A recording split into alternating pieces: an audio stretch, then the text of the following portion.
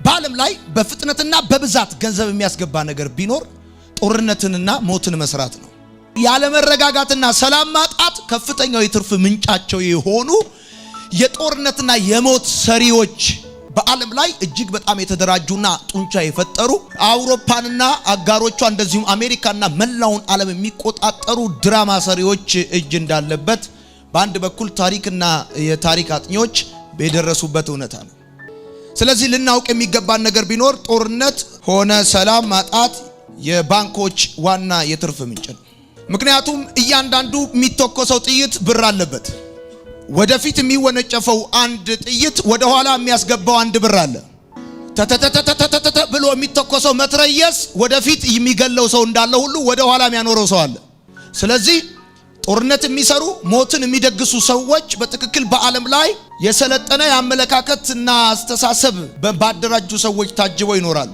ዛሬ የምነግራችሁ አንድ ትንሽ ዞር ያለ ጉዳይ ነው። እሱ ምንድነው? ጦርነት የሚባለው ነገር በጣም አትራፊ ቢዝነስ ነው። ቂቤ ሚነግድ፣ ሽንኩርት ሚነግድ፣ ቲማቲም ሚነግድ፣ ቃሪያ ሚነግድ፣ ቆርቆሮ ሚነግድ፣ መኪና ሚነግድ የንግድ ሁሉ የመጨረሻውን ንግድ ነው የሚነግደው። ትልልቆቹና ከፍ ያሉት ነጋዴዎች የሚነግዱት ቂቤ አይደለም፣ መኪና አይደለም፣ የሚነግዱት ማካሮኒ አይደለም፣ የሚነግዱት ጦርነት ነው። በጣም ይገርማችሁ ታሪክን ስታጠኑ ሰር ጆሴፍ ስታምፕስ የሚባሉ አንድ እንግሊዛዊ ሰውዬ ሲናገሩ እኚህ ሰውዬ ሰር ዮሴፍ ስታምፕስ የሚባሉት እንግሊዛዊ ሰውዬ ሲናገሩ ሁለተኛው የእንግሊዝ የናጠጡ ሀብታም ናቸው። እንደዚሁም ደግሞ በ1920 እንደ አውሮፓውያን አቆጣጠር የእንግሊዝ ብሔራዊ ባንክ ገዢ ነበሩ። እኚህ ሰውዬ ሲናገሩ እንደዚህ ይላሉ። የባንክ ስራ በበደል ነው የሚጸነሰው፣ የሚወለደውን በኃጢአት ነው ይላሉ። እኚህ ሰውዬ የታሪክ አጥኚዎች ሲናገሩ የሚናገሩት ምንድነው? የኒው ወርልድ ኦርደር አባል አይደሉም።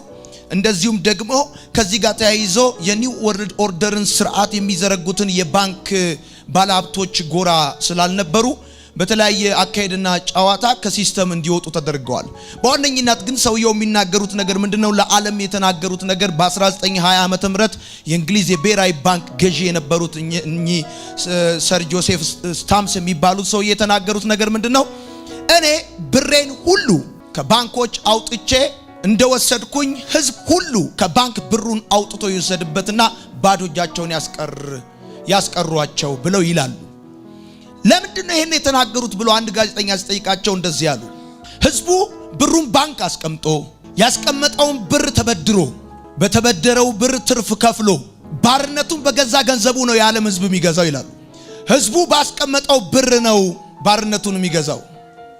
ስለዚህ እነዚህን የዓለም ባንኮች እነዚህ የሞትና የጦርነት ፈጣሪዎች ሰሪዎች ባዶ እጃቸውን ማስቀረት ካስፈለገ ማድረግ ያለብን ብራችንን ሁሉ ከባንክ ማውጣት ነው ብለው በሰፊው ይከራከሩ ነበር።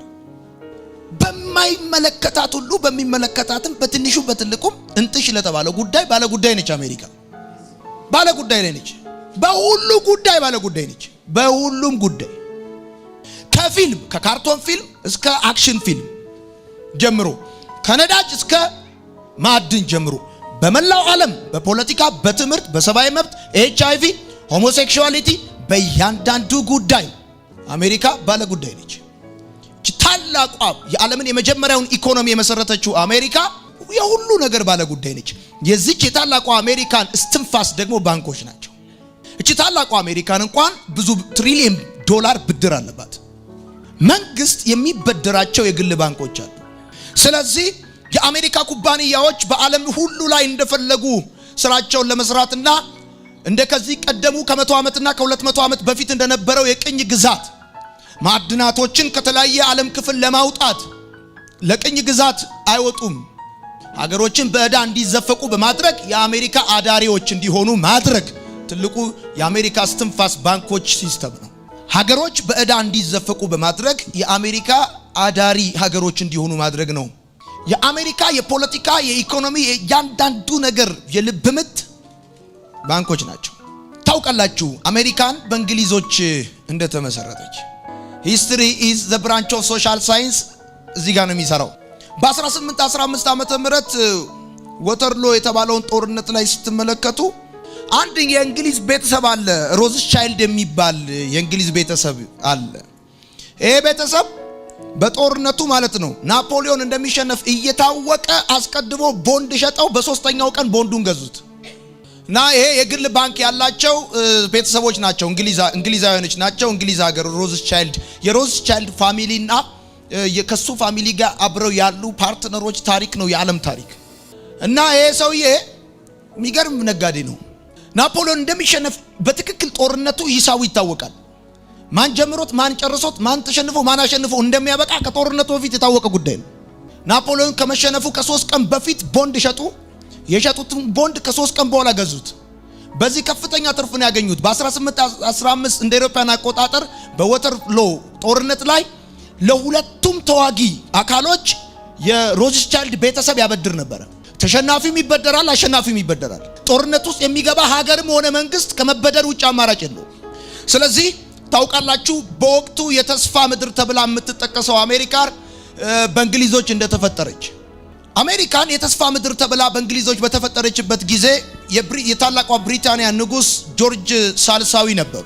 እኚህ ንጉስ በአሜሪካን የሚኖሩ ህዝቦችና ያለውን እንቅስቃሴ አንድ አዋጅ አወጡ። ከዚህ በኋላ አሜሪካውያን የእንግሊዝን ባንክ ገንዘብ እንዳይጠቀሙ፣ ይልቁኑ ለታሪኩ ቀለል ብሎ እንድትረዱት እንግሊዝ ሀገር የተቋቋሙ የግል ባንኮች አሉ። እነዚህ ባንኮች ተሰባስበው ብሔራዊ ባንክ መስርተዋል። ብሔራዊ ባንክ ስሙ ነው ብሔራዊ ባንክ፣ ድርጊቱ ግን መዘውሩ ግን ያለው በግል ባንኮች ነው። በስመ ብሔራዊ ባንኩን የመሰረቱት የግል ባንኮች ነው። ዋናው ጉዳይና ጨዋታ በእንግሊዝ ሀገር የተመሰረተው የብሔራዊ ባንክ ጉዳይ ነው። አሁን እንግዲህ ዓለምን ዞሮ እኛ ጋር የሚመጣው። ስለዚህ ጆርጅ ሳልሳዊ አሜሪካን የተስፋ ምድር ተብላ በተመሰረተችበት በዛ ጊዜ፣ ዛሬ ታሪክ ነው የምነግራችሁ፣ ገብታችሁ በደንብ እናንተ መጽሐፉን ታጣራላችሁ። በተመሰረተችበት ጊዜ አንድ አዋጅ አወጡ። የተስፋ ምድር የምትባለው አሜሪካ ነች። ሪሶርሷ አሴ ኮንቲኔንት በጣም ትልቅ ነች። ስለዚህ አንድ አዋጅ አወጡ። እስካሁን ድረስ የተስፋ ምድር ተብላ የምትታወቀው አሜሪካ ስትጠቀምበት የነበረውን የእንግሊዝ መንግስት ብር እንድታቆምና በግል ባንኮች የተመሰረተውን የእንግሊዝ ብሔራዊ ባንክ ገንዘብ ትጠቀም የሚል አዋጅ አወጡ። አሜሪካንን ከእንግሊዝ እንዲነጥላትና እንደ ሀገር እንድትወለድ ያደረጋት ታሪክ የታላቋ ብሪታንያ ንጉስ ጆርጅ ሳልሳዊ ያወጡት የዚህ የገንዘብ አጠቃቀም አዋጅ ነው። ምክንያቱም ይሄንን አዋጅ የተቃወሙት በወቅቱ የአሜሪካን አባት ተብለው የሚጠሩት ቤንጃሚን ሩዝቬልት ታላቋን ብሪታንያ የጆርጅ ሳልሳዊ አዋጅ ተቃወሙ። ምክንያቱም እነዚህ በእንግሊዝ አገር የተቋቋሙት በተለይ ደግሞ የሮዝቻይልድ ቤተሰብና ጓደኞቹ የመሰረቱት የግል ባንክ መዘውር መንግስትን የኋሊት አስሮ በግለሰቦቹ ፍላጎት ብቻ እንደሚያንቀሳቀሰው እርግጠኛ ነበሩ። ስለዚህ ታላቁ አሜሪካ አባት የሚባሉት ቤንጃሚን ሩዝቬልት ይህንን አዋጅ በመቃወማቸው ምክንያት ለአሜሪካን ውልደት ዋና ምክንያት ሆነ። በዚህ ጊዜ የእንግሊዝን መንግስት የእንግሊዝን ሀገር በቁጥጥሩ ስር ያደረገው የሮዝቻይልድ ቤተሰብ በአሜሪካም ቀጣይ ስራውና አሳይመንት ሆነ ማለት ነው። በእንግሊዝ ተቀባይነት ያገኘው የግል ባንኮች አመለካከት የመሰረቱት በስመ ብሔራዊ ባንክ መስርተው የግል ባንኮች የገቡበትና ያመጡት ተቀባይነት በአሜሪካ ተቀባይነት አለማግኘቱ የሮዝቻይልድ ቤተሰብና የግል ባንኮች የቤት ስራ ሆነ። ስለዚህ በቀጥታ ያደረጉት ነገር ምንድነው? ለአሜሪካን የጦርነት አሳይመንት ሰጧት ማለት ነው። አሁን ዋናው ጉዳይ እንደዚህ ነው። አሜሪካን ዋር ኦፍ ኢንዲፔንደንስ የአሜሪካን የነጻነት ውጊያ ዋናው የጽንስ መነሻ ሐሳቡ ከገንዘብና ከባንክ ጋር የተገናኘ ምክንያት ቤንጃሚን ፍራንክሊን ብያልኳችሁ ይሄ የአሜሪካን አባት ተብሎ የሚታሰበው አሜሪካንን እንደ ሀገር እንድትፈጠርና ከእንግሊዝ የተለየች ሉዓላዊ ሀገር እንድትሆን ያደረገበት ዋናው ሐሳቡ ይሄ ነው። የአሜሪካን የነጻነት ጦርነት መስራች ሐሳቡ ይሄ ነው። ዋናው ጉዳይ ምንድነው እንድትረዱት የሚገባው? ይሄ ብሔራዊ ባንክ ስሙ ነው ብሔራዊ ባንክ፣ ግብሩ ድርጊቱ ግን የግል ባንኮች ስብስብ ነው። በ1694 እንደ አውሮፓውያን አቆጣጠር የእንግሊዝን ባንክ የመሰረቱት ዊሊያም ፓተርሰን የሚባሉት ሰውዬ ሲናገሩ እንደዚህ ይላሉ። ባንኮች ከተራ ወረቀት የሚያተርፉ ናቸው ይላሉ። ለዚህ ደግሞ ምክንያት አድርገው የሚያቀርቡት አንድ ጉዳይ ነው።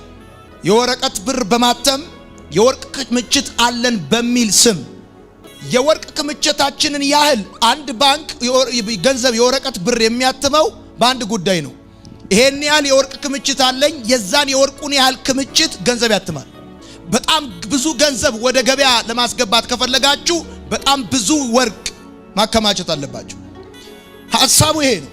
የገንዘብ ህትመትና ወደ ገበያ የሚገባው የገንዘብ ብዛት ጨዋታ እንደው ደስ ሲለው መንግስት እያመረተ አይሰጥህም። መንግስት ወደ ገበያ የሚያስገባው የገንዘብ መጠን የሚወሰነው እጁ ላይ ባለው የወርቅ ክምችት መጠን።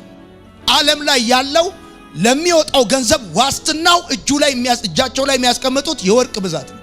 ስለዚህ እነዚህ የሮዝቻይልድ ቤተሰብና የእንግሊዝ የግል ባንኮችን ተጠቅመው ብሔራዊ ባንክ መስርተናል የሚሉ ግለሰቦች ይሄን ያህል የወርቅ ክምችት አለን በማለት ንጹህ ወረቀት ላይ በቀለም አትመው ገንዘብ ወደ ገበያ ያስገባሉ ማለት ነው። ስለዚህ አበድረው ትርፍ ይቀበላሉ። አንዳንድ ጊዜ ኢትዮጵያ እስከ አሜሪካ ትበደራለች። አሜሪካ ራሱ ስንት ትሪሊዮን ዶላር ዕዳ አለባት። ከማ ትበደራለች? እነሱማ የሚበደሩት ከእንደነዚህ የወርቅ ክምችት አለን ከሚሉ ሀብታም ባንኮች ነው የሚበደሩት። ስለዚህ በትርፍ ይመልሳሉ ማለት ነው። እነዚህ የሮዝቻይልድ ቤተሰቦች ከእንግሊዝ አልፈው በአሜሪካ ያልተሳካላቸው ሐሳብ የሁሉ ጊዜ ምጣቸውና ጭንቃቸው ይሆናል። በተለይ ደግሞ የቤንጃሚን ሩዝቬልት ይሄን ጉዳይ መቃወም የዕለት ተዕለት የቤት ስራቸውና የሚከነከናቸው ጉዳይ ይሆናል።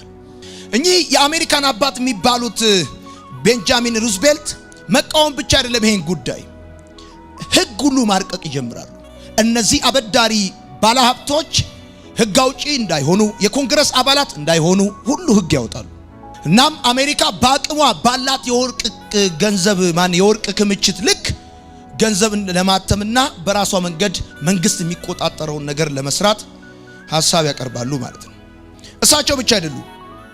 ከሳቸው በኋላ ጆርጅ ዋሽንግተን ይህንኑ መንገድ በመከተል ተቃውመዋል። እነዚህን የእንግሊዝ የግል ባንኮች ረጅም እጅ ነው ያላቸው። ባይ ዘ ዌይ እዚህ ቁጭ ብለው ጂንካ ይማታሉ። ምን አላት ጂንካ? በጣም የሚደንቀው ነገር እንደዚህ ነው። አሁን ሂስትሪውን እያቋረጥኩ ነው የምነግራችሁ። ጦርነትና ባንኮች ነው ዛሬ የምነግራችሁ። ምን ይሆናል? አሌክሳንደር ሃሚልተን የሚባል የጆርጅ ዋሽንግተን የግምጃ ቤትን ኃላፊ ተጠቅሞ የሮዝቻይልድ ቤተሰብና ከሱ ጋር ያሉ የንግድ ሸሪኮቹ የግል ባንኮች የሚመሰርቱትን የባንክ ማህበር አሜሪካን ሀገር ውስጥ ያቋቁማሉ። በዚህ ጊዜ 20 ዓመት ከተጠቀሙ በኋላ ውሉ እንዲታደስ ከ20 ዓመት በኋላ ወደ ምክር ቤት ሲያመጡት ምክር ቤቱ የመጀመሪያዎቹን የነ ዋሽንግተንና ከዛ በፊት የነ ቤንጃሚንን ሐሳብ ይከተልና ውድቅ ያደርግባቸዋል ውሉ እንዳይታደስ። በዚህ ምክንያት ከእንግሊዝ የተነሳው የግል ባንኮች ማህበር በሮዝቻይልድ ቤተሰብ የሚመራው ይሄ ማህበር ባንኩ ፈረሰበት አሜሪካን ሀገር ውስጥ። የዚህን ጊዜ የሮዝቻይልድ ልጅ ናታን ሮዝቻይልድ የሚባለው በመገናኛ ብዙሃን ቆሞ እንደዚህ አለ። እነዚህ የማይረቡ አሜሪካኖችን ጥሩ ትምህርት እናስተምራቸዋለን ብሎ መግለጫ ሰጠ። አይመለከተውም ውጭ ጉዳይ ሚኒስትር አይደለም፣ አይመለከተውም የእንግሊዝ መከላከያ ሚኒስትር አይደለም፣ አይመለከተውም የጤና ጥበቃ ሚኒስትር አይደለም፣ አይመለከተውም የገንዘብ ሚኒስትር አይደለም። ልክ ይህንን ውል ውድቅ ሲያደርግ የአሜሪካን ኮንግረስ የእንግሊዙ የሮዝቻይልድ ልጅ ናታን ሮዝቻይልድ ቆሞ እነዚህ የማይረቡ የአሜሪካ የረጅም ዓመት ታሪክ ነው የምነግራችሁ፣ እነዚህ የማይረቡ የአሜሪካን ህዝቦችን ጥሩ ትምህርት እናስተምራቸዋለን ብለዋል። ከዚህ በመቀጠል በወቅቱ ጠቅላይ ሚኒስትር የነበሩትን የእንግሊዝ ጠቅላይ ሚኒስትር ማለት ነው ስፐርሰንን አሜሪካንን እንዲወጉ ለእንግሊዞቹ ጠቅላይ ሚኒስትር ለስፐርሰን ይወሬ ይነግራቸዋል፣ ይወተውቷቸዋል፣ ይጨቀጭቋቸዋል። ምክንያቱም የእንግሊዝን የብሔራዊ ባንክና የገንዘብ እንቅስቃሴ በጠቅላላ እነዚህ የወርቅ ክምችት አለን የሚሉ ግለሰቦች የእጅ ኋላ የጥፍንግ አስረው ስለሚጠመዝዟቸው ማለት ነው። ስለዚህ የእንግሊዙ የወቅቱ ጠቅላይ ሚኒስትር ስፐርሰን ይሄን ጉዳይ ባለመቀበላቸው ምክንያት እንዲገደሉ ይደረጋሉ። አስገደላቸው።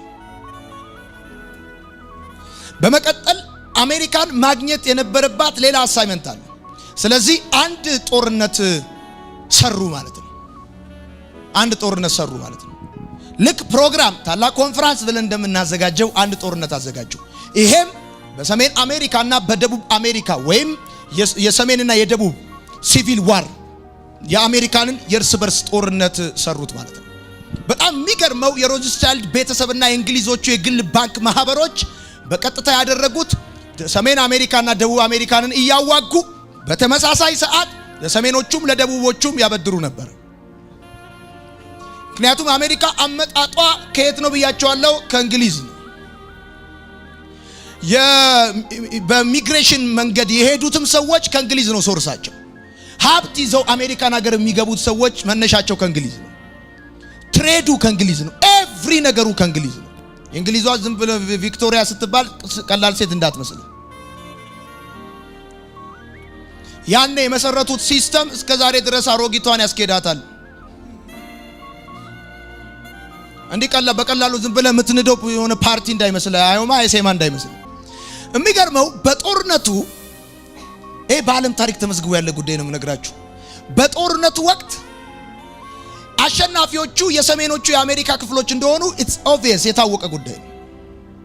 ነፃ እንወጣለን ብለው የነፃ መውጣት ጥያቄ ጠይቆ የነበሩት በባርነት ተይዘናል፣ የስሌቭ ትሬድ ውስጥ ችግር ገብተናል ብለው የሚሉ ሰዎች ነበሩ።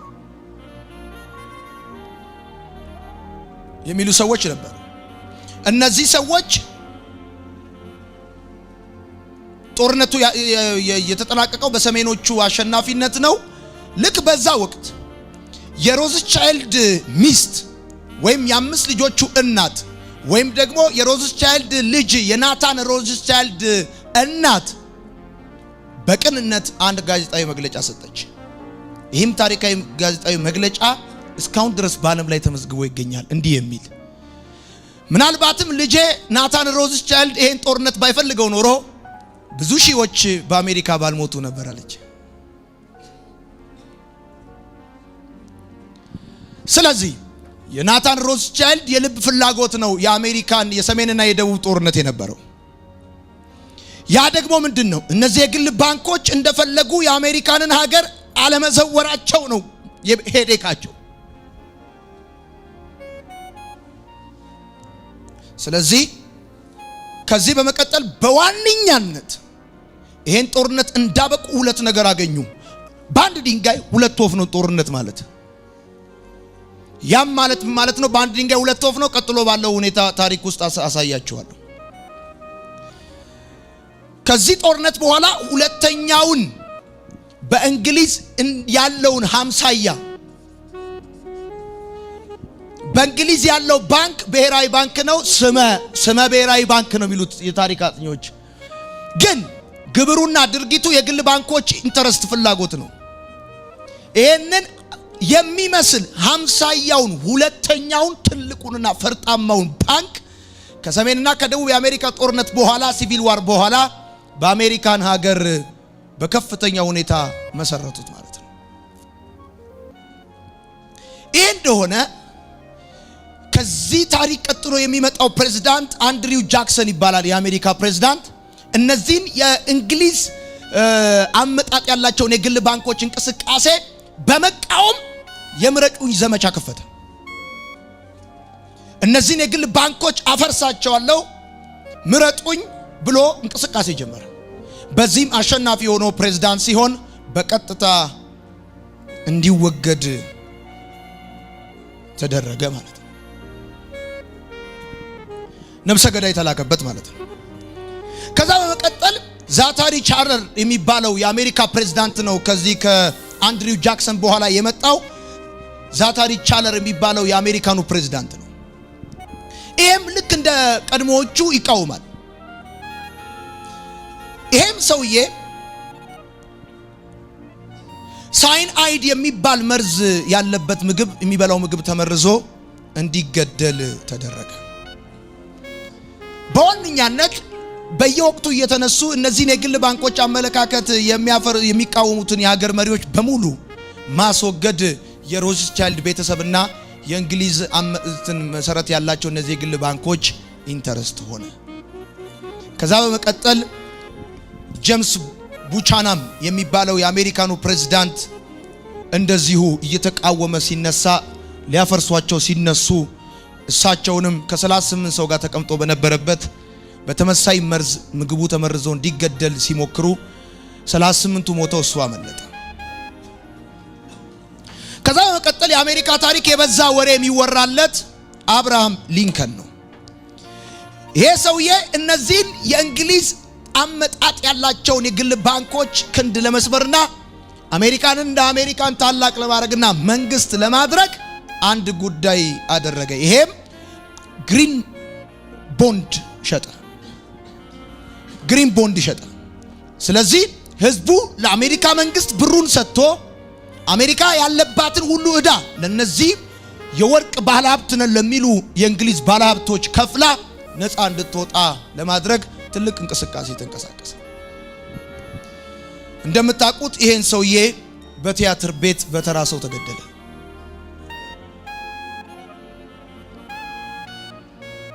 ከዚህ በኋላ መላውን አሜሪካና አውሮፓ እንዲሁም ዓለምን የሚቆጣጠር ፈርጣማ ሊቀለበስ የማይችል እስካሁንም ድረስ ክንዱ ፈርጣማ የሆነ የግል ባንኮች ታሪክ ተመሰረተ ማለት ነው። ስለዚህ ከአብርሃም ሊንከን መሞት በኋላ የድላቸውን ዋንጫ በአሜሪካ ያነሱ እነዚህ የግል ባንኮች በስመ ብሔራዊ ባንክ የተመሰረቱ እነዚህ የግል ባንኮች በአሜሪካ ያጣጣሙትን ድል በቀረው አውሮፓና በቀረው የዓለም ክፍል ለማሰራጨት መንቀሳቀስ ጀመሩ ማለት ነው። ብር በጣም ነው የሚጣፍጠው። እንደ ብር እኮ ቀና የሚያደርግ ነገር እኮ የለም። በጣም እኮ ሀብታም ስትሆን እንዲህ ነው የምትለው፣ እዚህ ሰፈር ያሉ ሰዎችን ቦታ ፈልጉላቸው እምትለው። አልሰማችሁም? ሴራሚክ ልንገዛ አዲስ አበባ ማለት ልናይ ለዚህ ለአዳራሹ ገባን። እኔ ዶይ መስፍኔ ሆነን አንድ በጣም በሀብት የተጨነቀ ሰው አለባበሱም ጫማውም ሁሉ ነገሩም ይናገራል። ገባ እና ሞባይሉ እንደዚህ ነው ያዘው። ይሄ መልበሻ አየ። ይሄ ነገር አላችሁ ስቶክ ላይ አለ። አዎ ስትለው መተው ይወስዳሉ። ዋጋውን ራሱ አይነገር። ተጨንቋል። ብር አስጨንቆታል። እና ብሩን እንትን ሞባይሉ እንደዚህ ይዞ ደወለ ማለት ነው። እንደዚህ የሄደ ነው ሴራሚክ ቤት ውስጥ። እኔ የምላችሁ መብራት እንዴት ናችሁ አለ። የሞባይሉ አያያዝ መብራት እንዴት ናችሁ። አሁን ይሄንን አረፍተ ነገር እንፍታው። መብራት እንዴት ናችሁ ይባላል። ሰዋሰው እንትኑ ሴንቴንሱ ይገጥማል ወይ? መብራት እንዴት ናችሁ? አሁን መብራት እንዴት ናችሁ ይባላል። ምስኪን ቢሆን መብራት ጠፋ እንዴ ነው የሚለው፣ ወይ መብራት መጣ ነው። እና አሁን ምንድነው መብራት ጠፋ ለማለት ነው። ደክሞታል። ከነዚህ ከሚያሰራቸው ሰውዬ ጋር መብራት ስለ መብራት ኬዝ ለማውራት በጣም ጨንቆታል። ምን ልፈልጌ ነው? ገንዘብ እንዲህ ነው የሚያስጨንቅ። እንዴት እናርጋቸው ነው የምትለው። ለዚህ ነው ጌታ ኢየሱስ ሲናገር እንደዚህ ያለ ሰው አለ ለሁለት ጌቶች ሊገዛ አይችልም አለና ለሰይጣን አይደለም ያለው። እንዴ ሰይጣን ራሱ የገንዘብን ያህል አቅም የለውም ማለት ነው።